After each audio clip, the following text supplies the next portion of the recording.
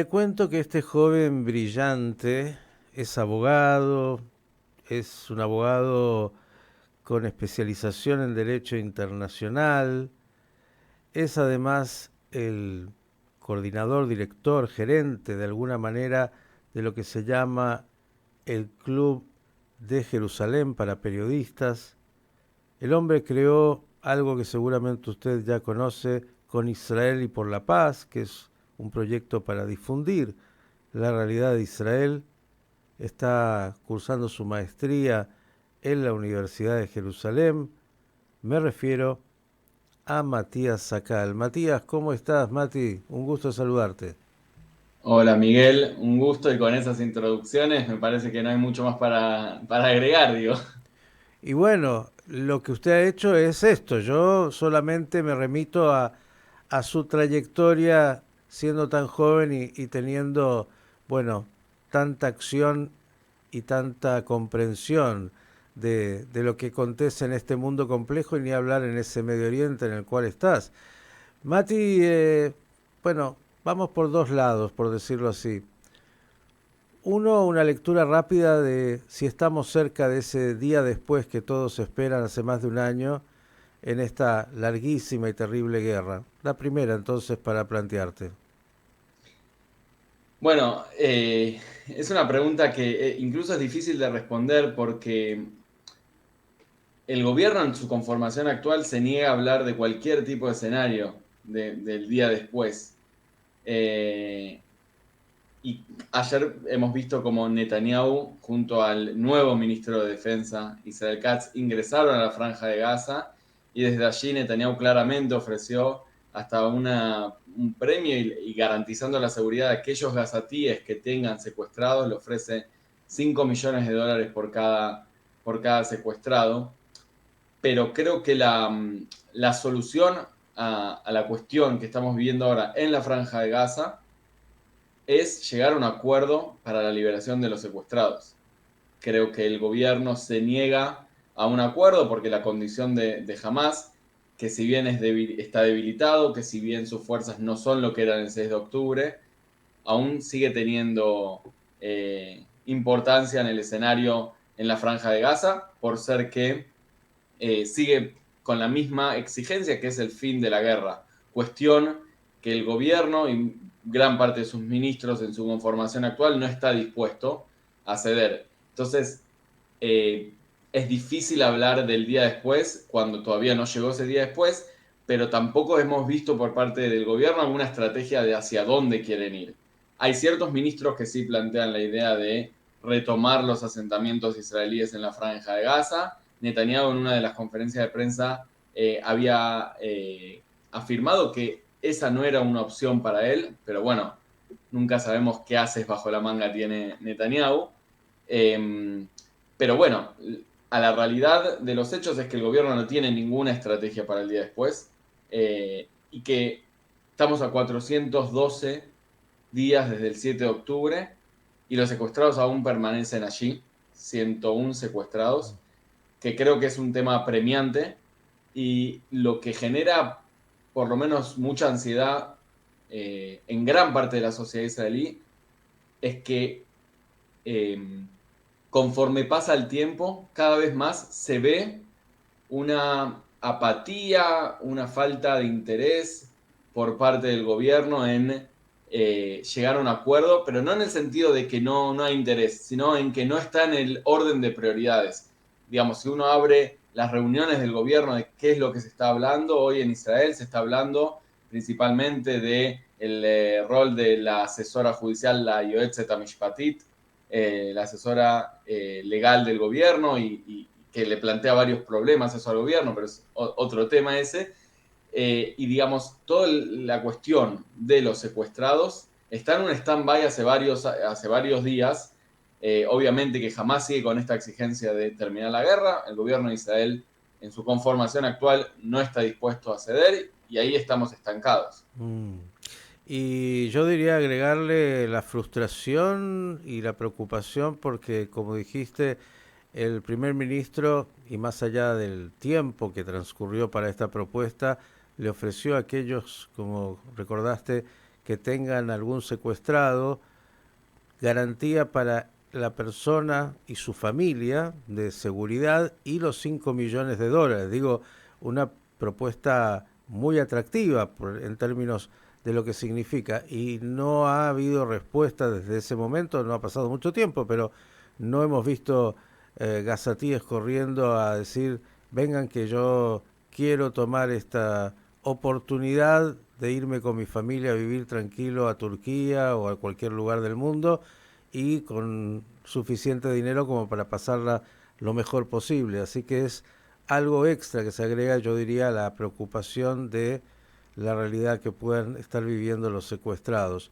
Y hablaste de... Claramente, en ese sentido me parece interesante, digamos, acá podemos estar hablando horas sobre las maldades y las barbaridades que hicieron y que hacen los de Hamas.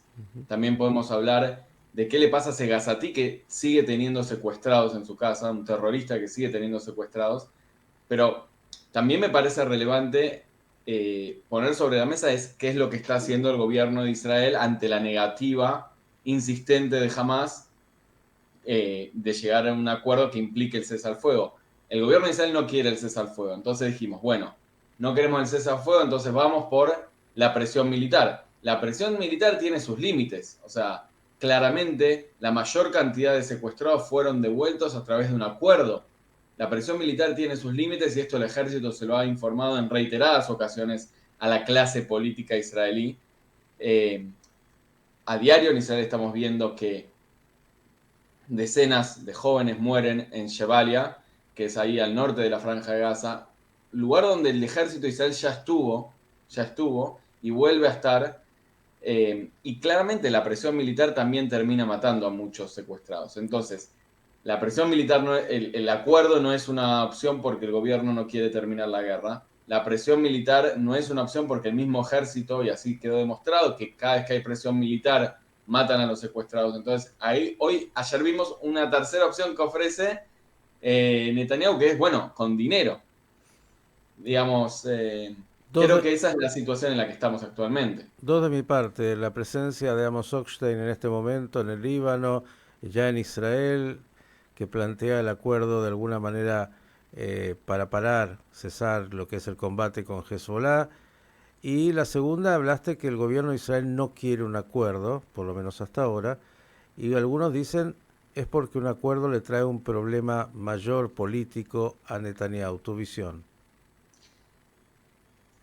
Vamos a empezar por la del Líbano, que es más fácil. La cuestión es que en el Líbano lo que está pasando es que la negociación que lidia Amos Hochstein, que es el funcionario estadounidense, es con el gobierno del Líbano. Eso es algo interesante. No es con Hezbollah, claramente. Obviamente Hezbollah está detrás del gobierno del Líbano, pero si uno se pone a pensar qué es lo que se está hablando, se vuelve a hablar de la resolución 1701 del Consejo de Seguridad, las tropas de Hezbollah por arriba del río Litani, y en ese sentido, eh, gran parte de la infraestructura terrorista que se encontraba del lado libanés en las aldeas que apuntaban directamente contra las aldeas israelíes, eh, por así decirlo, Manara, Metula y todas esas, fue destruida.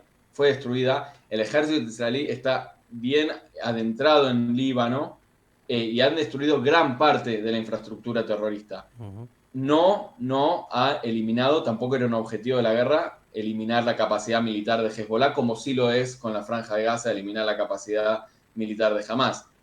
Ahora, ¿qué va a pasar? En estos momentos estamos viendo intercambios de todo tipo de borradores del lado israelí y del lado libanés, y hay que esperar. También yo creo que para el gobierno israelí es un regalo a la administración de Trump en ese sentido, Antes que de, entre Trump con un acuerdo. antes de que vayas a la última que tiene que ver con la guerra y Netanyahu, quiero agregarte obviamente lo que es fundamental. Irán, que viene de alguna manera también dando indicios de que está indicando a la Hezbollah es hora de cesar esta etapa. Si hablamos de Irán, me parece muy, pero muy importante hablar de Trump electo como presidente en Estados Unidos. Creo que desde que Trump fue electo como presidente Ujú. se bajó mucho el tono. tanto del lado israelí como del lado iraní. Irán le mandó una carta a la administración estadounidense por medios no oficiales que se comprometía a no asesinar a Trump. Esto sería en respuesta al asesinato de Soleimani, que Trump mismo habría ordenado, y que los iraníes habían jurado venganza por eso. Pero la cuestión, lo cierto es que la cuestión ha bajado, la tensión un poco. Nunca se puede descuidar ni Israel ni Irán, pero la tensión ha bajado. Creo que la pregunta más compleja es la de Netanyahu, el fin de la guerra. Y si uno plantea el fin de la guerra, uno plantea inmediatamente cuál es la estrategia del gobierno para con el territorio de la Franja de Gaza, que dijimos todavía no hay una estrategia. Otro frente que tiene abierto Netanyahu es el de sus juicios por corrupción, que prácticamente actualmente se postergó la posibilidad de que Netanyahu dé testimonio porque no estarían garantizadas las seguridades en el tribunal donde él tiene que dar testimonio. Y finalizada la guerra no habría ninguna excusa para comenzar con la tan ansiada y esperada por el público israelí Comisión Estatal de Investigación de qué fue lo que sucedió el 7 de octubre. Esos tres temas son los que preocupan a Netanyahu y los que quienes son más sospechosos de este gobierno pueden aducir que la prolongación de la guerra responde a un interés político por parte de Netanyahu, porque el ejército de Israel en reiteradas ocasiones ya ha afirmado que en cuanto a la capacidad militar de Hamas está severamente dañada, que sería muy difícil destruir hasta el último terrorista, pero que es momento de recuperar a los secuestrados a través de un acuerdo. Mati, lo que está claro es que si hay un lugar en el mundo para estar haciendo lo que haces es ahí. Así que mandarte un gran abrazo y como siempre agradecerte por este análisis.